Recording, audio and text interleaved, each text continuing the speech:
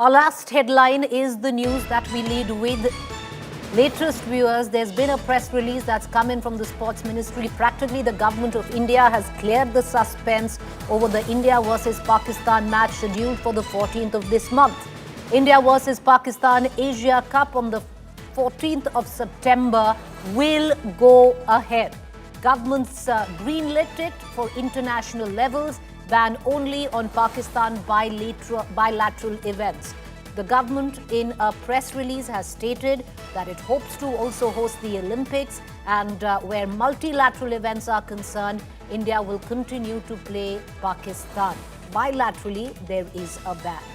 There was a lot of speculation on why, after Operation Sindoor, after the Pahalgam terror attack, has India decided to play Pakistan in the upcoming Asia Cup. The date of the match also been finalized, which is the 14th of September. Many Indians did not want that. Lots of speculation on it. And now you have a note from the Ministry of Sports, the government, stating exactly why this particular match has been given the green light. I want to cut across right now to our editor, Sports, Nikhil Naz, who's joining me from the newsroom. Nikhil, what does the government say? Why? Because, you know, one would think there is a new normal that has been defined. The contours of this new normal should not fall back, what has been the old policy of India.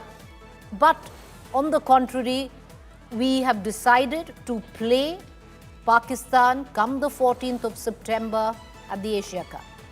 Well, Preeti, just to break it down into the top salient points of what, firstly, the government has said. Firstly, they've said that no bilateral ties between India and Pakistan, but then that's the status quo. That's been there for more than a decade. People are going to ask, what has really changed then after Pahalgam happened and after Operation Sindoor happens? Because bilateral ties did not were not there for more than a decade, as I mentioned. The other thing the government says that they will allow Pakistani teams to come to India and participate in multilateral as well as international tournaments. That again remains India's stance even before Operation Sindoor. So that's the second bit that the government has come out and said. And the third bit the government says is that they will also engage with Pakistan on a sporting level when it comes to multilateral as well as international tournaments, even away from India. So that's the other thing that the government has mentioned, and that is new even in the light of, as I mentioned, Pahalgam as well as Operation Sindoor. Now,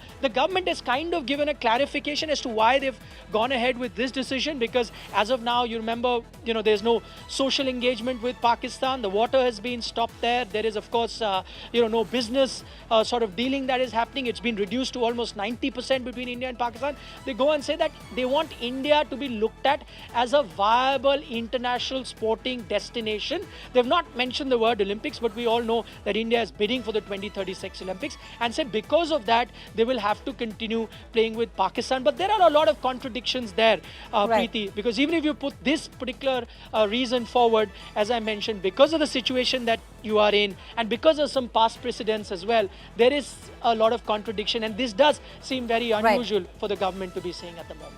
You know, what's not unusual, Nikhil, in all of this is because this was what India's old policy was. But we live in a new normal, which had been clearly defined by our government post-Operation Sindoor. Many today would question, is continuing with sporting ties over and above the valor of our armed forces? Is continuing with sporting ties with Pakistan over and above the innocent lives that we lost in Pahalgam? There has been past precedents where countries have boycotted Olympics. It happened in the 80s with the United States of America. It's not new if we really want to take a hard stand. The other opinion, Nikhil, and correct me if I'm wrong, is that there is way too much money involved as well.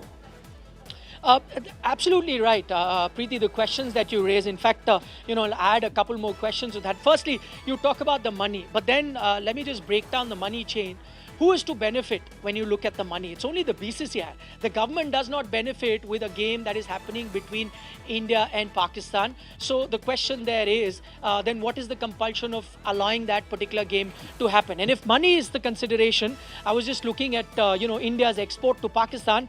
They were at somewhere around 55 million till about a year ago. And now they've been cut down to 5 million. So there's a 90% reduction in exports. So there are a lot of business houses that are going to lose out, a lot of jobs jobs will be lost out because you've cut down exports to Pakistan, and for valid reasons at that. Where does the money chain then go there? So if you're ready to do that for national interest, why must cricket then continue? The other question that comes to your mind, fine, you're talking about being a viable host internationally, and if this was an ICC tournament, you could still say that India would risk isolation, India could risk sanction if they pull out of an ICC tournament. This, remember, is an Asia Cup. Asia Cup, even in the past, has been postponed multiple times. India has pulled out of an Asia Cup because of security concern with Sri Lanka in '86. Pakistan pulled out of an Asia Cup that was happening in India because of security concern. Reasons may be different, but pulling out of an Asia Cup, especially in the current circumstances as we're talking, is also not unusual. And finally, and I think that's the most valid question, even if you're portraying yourself to be a country that needs to host the Olympic Games, most people will ask that is hosting the Olympic Games more important than the lives that were lost, whether they were lost in the 4-day warlike situation that happened between India and Pakistan, or whether they were lost in that terrorist attack that happened in Pahalgam. I think that's the most important question, and which is why I say it is quite unusual for the government, after the kind of steps that they had taken in the last few months, to allow an India and Pakistan match to go ahead at the Asia Cup. But Nikhil, so what could really be the reason behind it? Because, there's a lot of feedback that's coming on it. Most viewers, are actually flummoxed on why the government would make a decision such as this. Because, like I said, you've reverted back to what is an old policy, but these are not old ties. We have clearly defined a new normal. Well, that's right. I mean, it's really tough to put a finger on why they would be going ahead. I think, as I said, the only plausible reason at the moment seems to be that India wants to portray, and let me give you a bit of a background. India wants to be portrayed as a viable sporting destination, and few months ago, the genesis of it is from few months ago, there was an Indian delegation that traveled to the IOC headquarters in Europe and wanted to know what is it that they need to do to be hosting the Olympic Games. Remember, India is also keen on hosting the Commonwealth Games in 2013, and at that moment they were told that, listen, firstly you have to get your house in order as far as your sports policies are concerned, which is now led to that sports bill that has been passed in the parliament. And of course, they were also told you can't have a situation where you're actually boycotting a country and not engaging with a country when it comes to sporting relations. So you need to be seen as a country that welcomes everyone, because that is the Olympic spirit. That is what the Olympic Charter stands for. So I'm guessing this seems to be the only thing based on which a few decisions have been taken. But then I take you back to that same question. Is it necessary to be hosting the Olympic Games? It's not that India is an Olympic powerhouse. You finished 71st in the medals table last time around. It's not that Olympic Games are a financially viable enterprise. Most Olympics that have happened in the past have all been a loss-making exercises. So what is the urgency and the need, even if this is indeed the reason, for India to be playing Pakistan after what has just transpired in the last few months, just for the sake of hosting an Olympic Games? Nikhil, appreciate you joining me. We're going to continue to track the story. It's coming at the back because there was a fair amount of confusion on why India has decided to play Pakistan in the Asia Cup come the 14th of September. The Ministry of Sports, which is the government, has given out a detailed statement on why India has chosen to do so. Many, many questions remain unanswered. And ultimately, viewers, if you're going to take an ideological stand, then it needs to be here.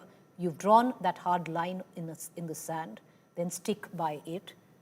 Where not playing cricket with India is concerned. If water and terror don't flow together, then can cricket and Pakistan go hand in hand?